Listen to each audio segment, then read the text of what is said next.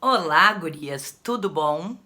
Então, hoje até botei um batonzinho rosa pra ficar um pouco mais suave pra gente falar de um assunto que mexe com quase todas nós, se não com todas nós. Então, vamos lá e eu vou explicar um pouquinho hoje de qual é a principal consequência, ou as principais, a gente vai começar hoje, consequência da invalidação emocional.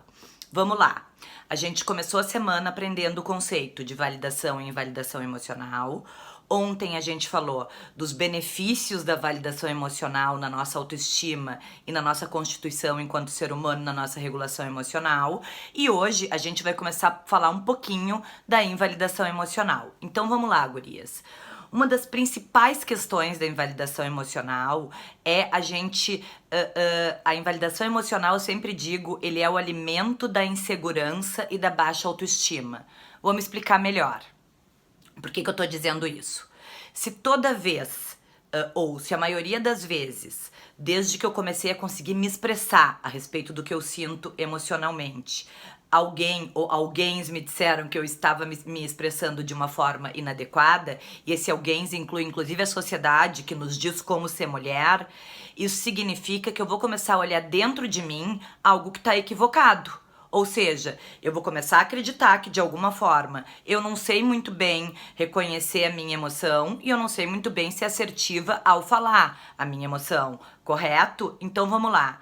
Uma das primeiras consequências e talvez uma das mais graves consequências da invalidação emocional é a insegurança e a baixa autoestima. E junto com isso vem o humor afetivo dependente. Vou explicar melhor para vocês entenderem, dando um exemplo. Por exemplo, eu vejo no consultório muitas vezes pacientes me contando que cada vez que elas vão responder um WhatsApp de um crusha, namorado, seja lá quem for, elas têm que perguntar para no mínimo 10 amigas, porque senão elas têm certeza que tudo vai dar errado, certo? Então, olha aí bem claro e assim de bandeja para nós a consequência. O que eu tô querendo dizer? Se a vida inteira esta pessoa ouviu que ela não sabe reconhecer e expressar a sua emoção e que aquilo que ela sente não é o que ela deveria, o que acaba acontecendo? Acaba acontecendo que ela mesma não acredita mais nela. Então, ela precisa procurar pedir para os outros para poder se autorregular. Então, vamos juntar com o que a gente já falou ontem. Se uma das melhores coisas da validação emocional é a autorregulação, é a gente conseguir se manter regulado e sabendo o que a gente está sentindo e o que a gente está falando, se conectando com o nosso jeito de ser e com a nossa essência, o que a gente está falando? Com a invalidação a gente vai para o oposto disso, certo? Tem uma coisinha que eu queria dizer para vocês ainda. Todas nós, em algum momento, já invalidamos, porque nós estamos inseridas numa cultura onde educação é punir, certo? Então é aí neste furo que a gente tem que mexer, tá bom? Então, uma vez ou duas a gente invalidar não nos transforma numa invalidadora, mas sistematicamente a gente invalidar, daí sim é um padrão de comportamento, que nem a gente conversou a semana passada nos padrões de comportamento. E a mesma coisa vale para quem nos invalida.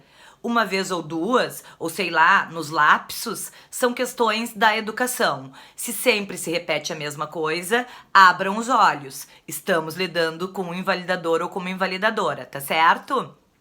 Se vocês quiserem, eu ia adorar ouvir, porque eu pelo menos já invalidei muito e também já fui muito invalidada. Eu queria ver se vocês já foram invalidadas, como é que vocês se sentem e se isso faz sentido pra vocês, tá bom? Então comentem aqui embaixo e vamos bater um papo mais aprofundado.